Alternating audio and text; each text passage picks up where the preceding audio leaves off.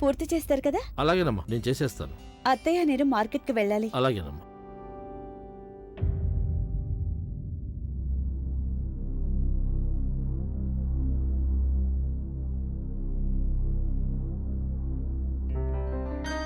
ప్రదీప్,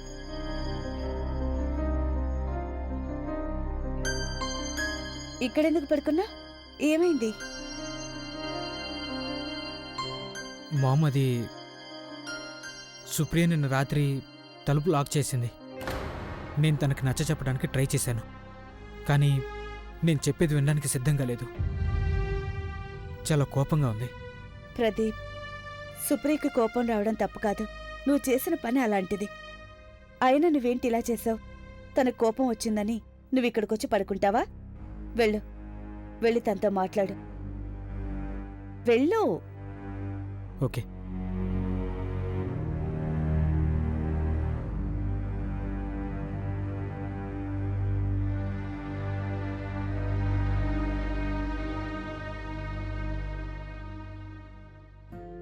ముందు మనం మెయిన్ మార్కెట్కి వెళ్దాం. ఓకే, మనకి అక్కడ బోల్డ్ అని సామాన్లు దొరుకుతాయి, అలాగే చాలా వెరైటీలు దొరుకుతాయి. అరే, అక్కడే ఉంటాయి. ఆ. మనమైతే పెద్ద బజార్ ఉంది కదా, అక్కడికి వెళ్దాం. చిన్నప్పటి నుంచి నేను నిన్న అక్కడికే తీసుకెళ్తూ వచ్చాను. అన్నీ దొరుకుతాయి అక్కడ. అదిగో మాధవి వచ్చింది, తన్నే అడుగు. మాధవి లేరా? మనం ధనత్రయోదశి కోసం కొనుగోలు చేయాలి కదా. నేనేమంటున్నానంటే, మనం ఎప్పుడూ వెళ్తూ ఉంటాం కదా ఘాట్ దగ్గర షాపులు, మనం ఇప్పుడు అక్కడికే వెళ్దామని. నీ ముద్దులు కొడుకున్నాడు కదా, తను అంటున్నాడు మెయిన్ బజార్కి వెళ్దామని. మెయిన్ మార్కెట్ లో ఏం ఖజానా ఉందో నాకు తెలియడం లేదు. ఇక నువ్వే చెప్పు, మనం ఎక్కడికి వెళ్దాం కొనుగోలు కోసం? ఓ పని చేద్దాం, 2 చోట్లకి వెళ్దాం. మనకి ఎక్కడ నచ్చితే అక్కడ సామాన్లు కొనుక్కుందాం. గుడ్ ఐడియా, కానీ ముందు మనం మెయిన్ మార్కెట్కే వెళ్ళాలి. సరే సరే, నువ్వు చెప్పిన చోటికే వెళ్దాం, సరేనా? కాని చూడు, అన్నిటికంటే ముందు నేను బంగారం షాప్కి వెళ్ళాలి.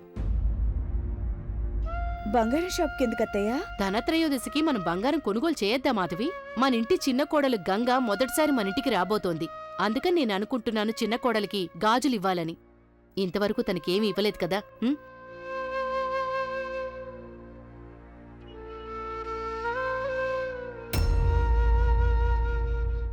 ఎన్నో ఏళ్ల తర్వాత నా చిన్న మొహంలో సంతోషం కనిపించింది నాకు. నమ్మకం కనిపిస్తోంది వాడి కళ్లలో. ఇప్పుడు వాడికి నమ్మకం కలిగింది కదా, అంతా సర్దుకోబోతోందని.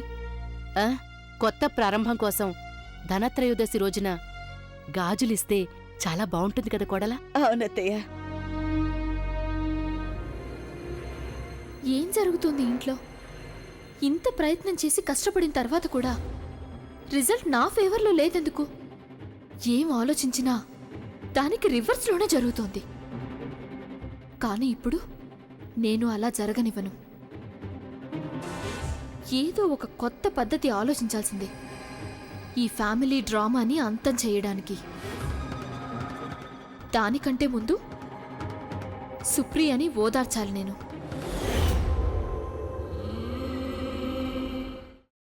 అమ్మా, అలాంటి వాళ్ళది నిజమైన ప్రేమ కాదు, అది వ్యామోహం. ఎగ్జాక్ట్లీ చిన్నత్త, నిజంగా ప్రేమించుకున్న వాళ్ళు అలా చేయరు. ఎంత మనసు విరిగిపోతే కన్న కూతుర్ని పట్టుకొని మా దృష్టిలో చచ్చిపోయా ఉంటుందా తల్లి? అది సరే అమ్మా, తన కూతురుతో తన మాట అనేటప్పుడు ఆమె మాటల్లో వ్యథ, కళ్ళల్లో బాధ గమనించావమ్మా?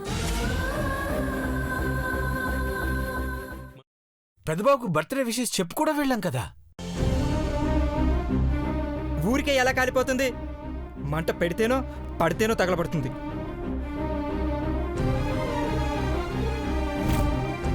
కరెక్ట్ చిన్నబాబు, నీకొచ్చినట్టే నాకు డౌట్ వచ్చింది. పార్వతే షర్టును తగలబెట్టిందనుకుంటా.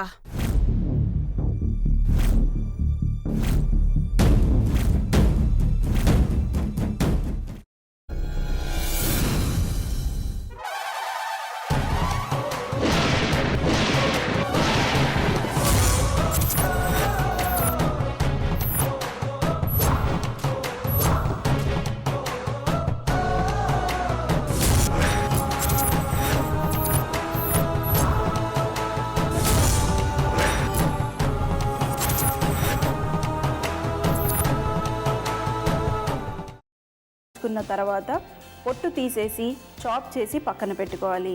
ఒక ప్యాన్లో కొద్దిగా నూనె వేడి చేసి అందులో ఆవాలు, మినప్పప్పు, శనగపప్పు, కరివేపాకు, సన్నగా తరిగి పెట్టుకున్న ఉల్లిపాయలు వేసుకుని 1 నిమిషం పాటు వేయించుకోవాలి. ఆ తర్వాత కాల్చి కట్ చేసి పెట్టుకున్న వంకాయని కూడా అందులో వేసుకుని బాగా మిక్స్ చేసి బౌల్లోకి ట్రాన్స్ఫర్ చేసుకుని అందులో తగినంత చిక్కటి పెరుగు లేదా పల్చటి పెరుగు వేసుకుని మిక్స్ చేసి అన్నంతో కానివ్వండి, చపాతీతో కానివ్వండి సర్వ్ చేసినా చాలా బాగుంటుంది.